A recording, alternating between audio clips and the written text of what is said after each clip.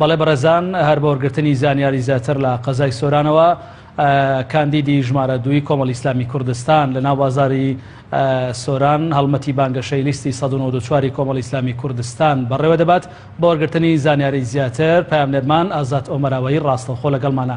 کاگازات سڵاوت لێبێ، چالاکیەکانی کاندیدانی کۆمەڵ لە ناو بازاری سۆران چییە؟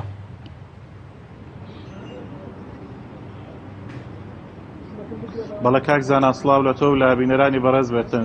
دیارە بانگەشەکردن بۆ سەرخستنی لیستی کۆمەڵی ئیسلامی کوردستان بەردەوامی هەیە لە قەزای سۆران. ئەمڕۆژ شاندێکی مەڵبەندی هەشت سۆرانی کۆمەڵی ئیسلامی بە یاوەری مامۆستا مەڕوان گەڵاڵی کاندیدی ژمارە دوو لە لیستی کۆمەڵی ئیسلامی کوردستان سەردانی بازاڕی سۆرانیان کردووە لە بانگەشە بۆ سەرخستنی لیستی کۆمەڵی ئیسلامی. هەروەها کاندیدانی کۆمەڵ ئەکەن. من بۆ زانیاری زیاتر لەسەر بەڕێوە چوونی شێوازی بانگەشەکەیان ئەچمەلای بەڕێز مامۆستا مەڕوان گەڵاڵی کاندیدی ژمارە دوو لە لیستی کۆمەڵی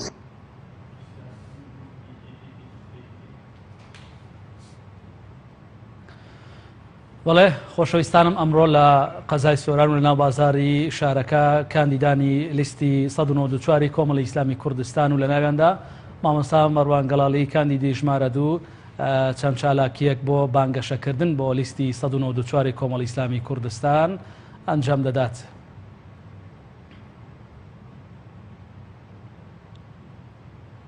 لەگەڵ بەراورد بە هەڵبژاردننی بەغدا گەرم و گوڕیەکی زیاتر لە ناو هاوڵاتیان هەیە، چونکە هەڵبژاردننی پەرلەمانی کوردستان جیاوازە لە هەڵبژاردننی ئەنجومەنی نوێنەران وەخوازیارین کە خەڵک بە گەرم و گوڕتر بێتە سەر سندوقەکانی دەنگدان، چەند خەڵک گەرم و گوڕتر بێتن کەمتر بواری ساختەکاری و تەزویر و گۆڕینی دەنگەکان دروست دەبێتن.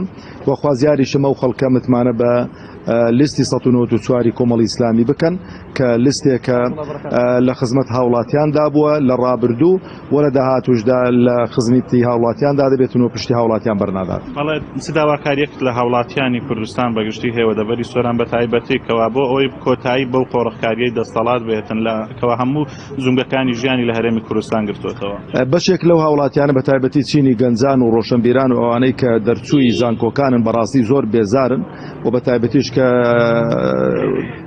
تعین نەکراون و هەریەکەی شادەیەکی بەرزی هەیە بەڵام تەماشە دەکەی ئیشێکی سەرەتایی و ئیشێکی سادە دەکاتن.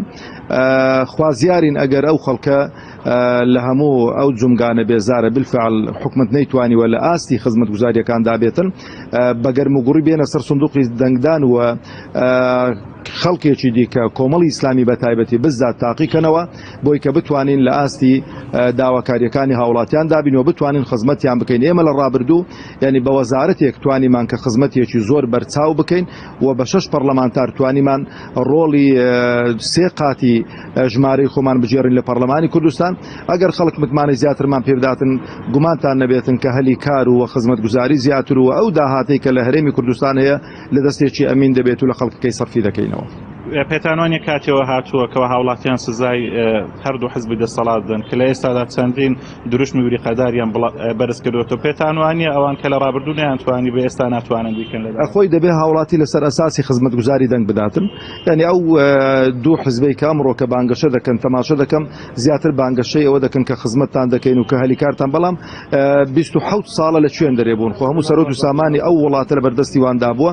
ئەگەر لە خلال 27 ساڵ کە لەو پەڕی پارە زۆری دانیان توانی بێەوە بکەن ئێستانە کەش ناتوانن وەفادار بن بە ئەو بەڵێنانی کە بە خەڵکی هەرێمی کوردستانی دەدەن. بۆیە خوازیارم خەڵک بڕیاری چارە نووسازی خۆی بداتن و متمانە بە کۆمەڵی ئیسلامی بکاتن و بە لیستەکەی کۆمەڵی ئیسلامی بکاتن. بەڵێ زۆر سپاس بۆ بەڕێز مامۆستا مەڕوان گەڵاڵی کاندیدی ژمارە دوو لە لیستی کۆمەڵی ئیسلامی کوردستان ژمارە 194. بەڵێ کاکزانم نەگەڕێمەوە لای تۆ دیارە کۆمەڵی ئیسلامی لەم دەبەرە بانگەشەی بە شێوەیەکی فراوان دەست پێ کردووە سەرجەم ناوچەکانی سنووری مەڵبەندی هەشت سۆران بەسەر ئەکاتەوە هاوڵاتیانیش بە گەرم و گوڕیەوە پێشوازی لە لیستی کۆمەڵی ئیسلامی و کاندیدانی دەکەن. بەڵێ زۆر سپاس بۆ پامنەرمان ئازاد ئۆمەراوەی کە ڕاستەوخۆ لە سۆرانەوە لەگەڵمان بووی.